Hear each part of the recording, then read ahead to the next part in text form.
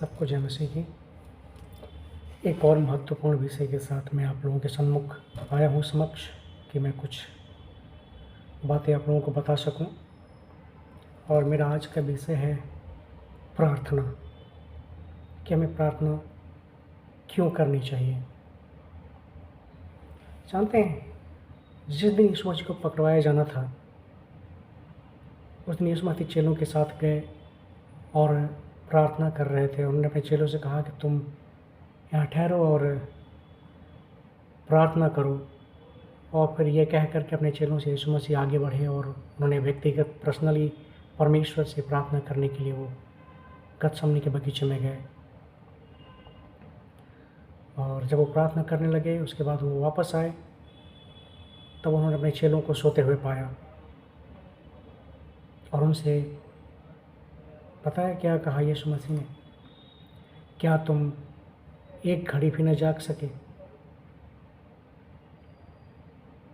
और सारे के सारे चेले जो थे सो रहे थे, जबकि यीशु मसीह ने उन्हें कहा कि यह प्रार्थना का समय है, हम सबको मिलकर प्रार्थना करनी चाहिए ताकि यह जो कटोरा है, जो समस्याएं हैं, वो टल जाए, समाप्त हो जाए। और अपने चेलों को जिम्मेवारी दी प्रार्थना करने की और वो चले गए। लेकिन चेले विश्वास योग्य नहीं निकले और वो प्रार्थना के बजाय सो रहे थे। और ये हम पढ़ेंगे मत्ती के अध्याय 26 के 40वें पद में। मत्ती 26 के 40 में लिखा हुआ है कि चेलों के पास आकर उन्हें सोता हुआ पाया और पतरस से कहा, क्या तुम एक घड़ी भी न जाग सके? तो वचन में लिखा है, मत्ती 26 के 41 में लिखा है, 26:41 में, जागते और प्रार्थना करते रहो कि तुम परीक्षा में न पड़ो। कि आत्मा तो तैयार है परंतु शरीर दुर्बल है। और जानते हैं, ये ठंड का मौसम है और इसमें आलस भी आती है। बिस्तर के अंदर उठने का मन नहीं करता सुबह में, और शाम को जल्दी बिस्तर में जाने का मन करता है। प्रार्थना करने के लिए हमारे पास वक्त नहीं होता, आलस होता है। शरीर आत्मा के विरोध में और आत्मा शरीर के विरोध में कार्य करता है। हमें परमेश्वर से दूर खींचने का बहुत सारे प्रयत्न करता रहता है कि हम परमेश्वर के साथ उसकी उपस्थिति में ना बैठ पाएँ। लेकिन जब हम परमेश्वर की उपस्थिति में नहीं बैठेंगे तो हम परमेश्वर की इच्छाओं को कैसे मालूम कर पाएंगे, या उसके विचारों को हम कैसे जान पाएंगे, या परमेश्वर के साथ घनिष्ठ संबंधों में हम कैसे बने रह सकते हैं।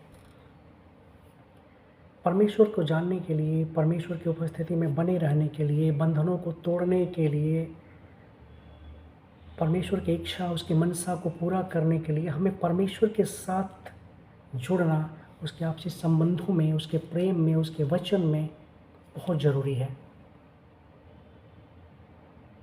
क्योंकि प्रार्थना एक ऐसा मार्ग है जिसमें हम परमेश्वर की मनसा को और उसके साथ घनिष्ठ संबंधों को हम जान सकते हैं।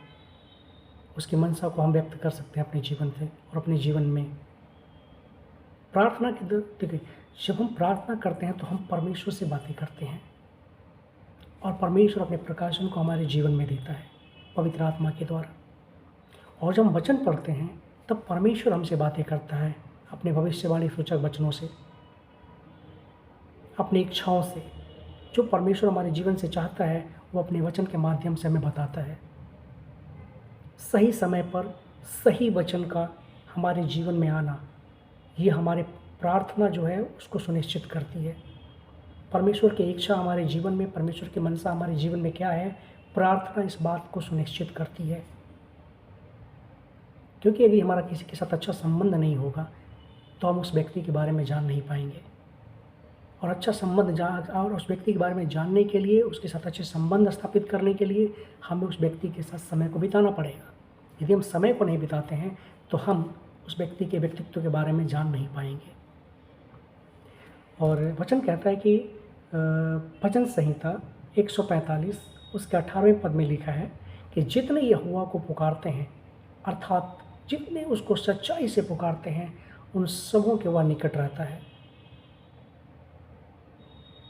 भजन संहिता 145 के 18 पद में लिखा है कि जितने उसको पुकारते हैं और सच्चाई से पुकारते हैं, उन सब के निकट वह रहता है और सबकी प्रार्थना और दुहाई को वो सुनता है। इसलिए प्रार्थना हमारे जीवन का महत्वपूर्ण भाग है। यदि प्रार्थना हमारे जीवन में नहीं है तो हम परमेश्वर को बिल्कुल भी नहीं जान पाएंगे, हम परमेश्वर की मनसा को अपने जीवन के हमारे जीवन के प्रति परमेश्वर का उद्देश्य क्या है हम उसको नहीं समझ पाएंगे, नहीं जान पाएंगे। क्योंकि जब हम परमेश्वर के साथ समय नहीं बिताएंगे तो हम परमेश्वर को कैसे जान पाएंगे।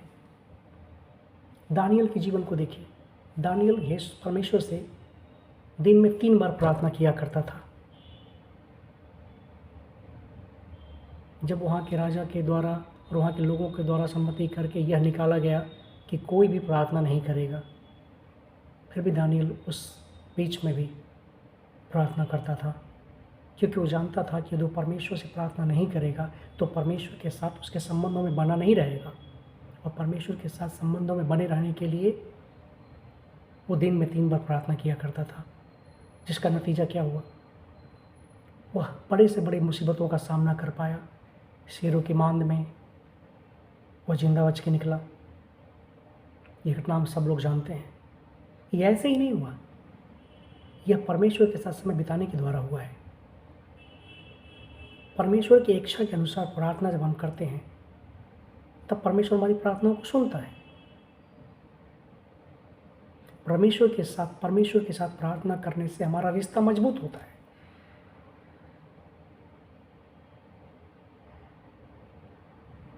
इसलिए प्रार्थना बहुत ज़रूरी है। चाहे वो किसी भी क्षेत्र का हो, कोई भी मुसीबत हो, संकट हो, परेशानियां हो, बीमारियां हो, आप परमेश्वर से प्रार्थना कर सकते हैं, क्योंकि परमेश्वर हमारी प्रार्थनाओं का उत्तर देने में सक्षम है।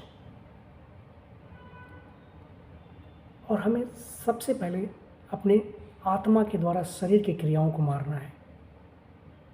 हम 5 मिनट, 2 मिनट, 4 मिनट, 1 मिनट रास्ता चलते, हम प्रार्थना से हमारा परमेश्वर के साथ संबंध नहीं स्थापित हो पाएगा। हम परमेश्वर के साथ हमारी मुठभेड़ अच्छी नहीं हो पाएगी।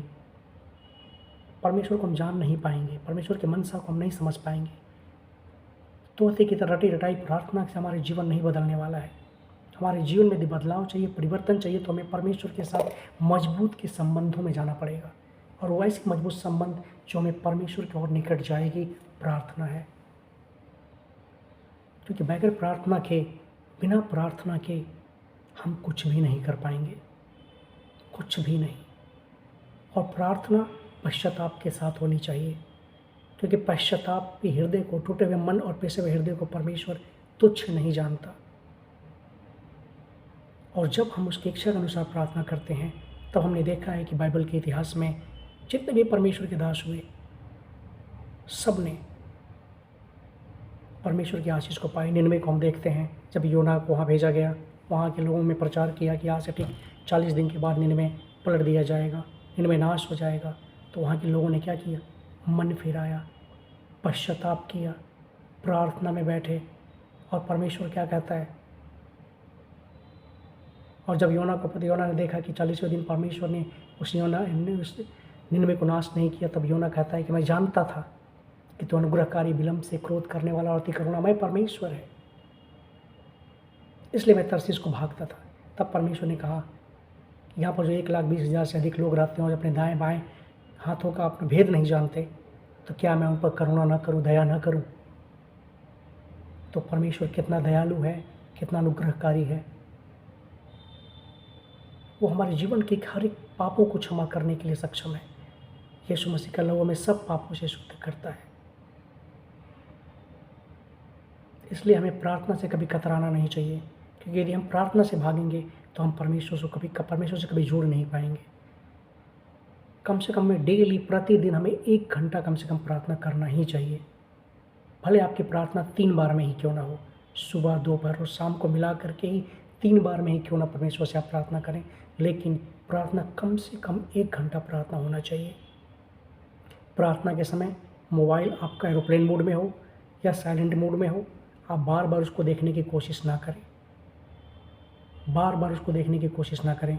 मैसेज बजा, मोबाइल बजा, किसी ने कुछ किया, किसी ने कुछ भ्रमित किया, किसी ने कुछ, आप बिल्कुल साइलेंट मुद्रा में चारों तरफ के वातावरण से निकल कर अपने सोच को, अपने विचारों को निकाल करके, सारी ऑफिस, घर, परेशानी, बच्चे, रिश्तेदार, संबंधियों के सभी परेशानियों को निकाल कर आप परमेश्वर के साथ व्यक्तिगत संबंध को बनाएं। तब परमेश्वर की आशीष आपके जीवन में आएगी और आप बड़े से बड़े संघर्षों में आशीष को प्राप्त करेंगे।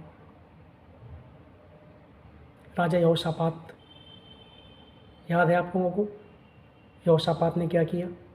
जब उसको पता चला कि दुश्मन सेना चढ़ाई करने वाली है, तब उसने कोई तैयारी नहीं की।